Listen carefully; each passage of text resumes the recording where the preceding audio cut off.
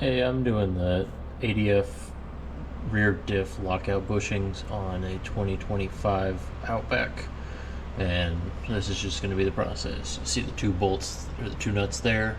I have to remove those. They're 17 millimeter, and once I have those off plus the weight, I will pick this back up and show you how to push in the bushings and then put everything back together.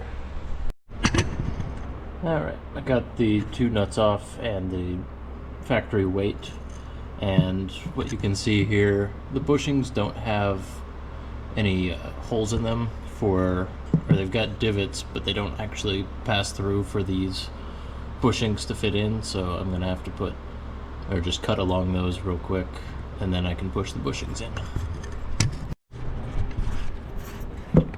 Alright, so I got both of the bushings pressed in. It was a lot easier to do it with a little bit of lube on the bushing insert.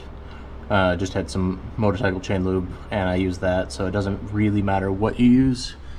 And you can see here that it's pressed all the way in, so I'll put the washer like the other one back on, plus the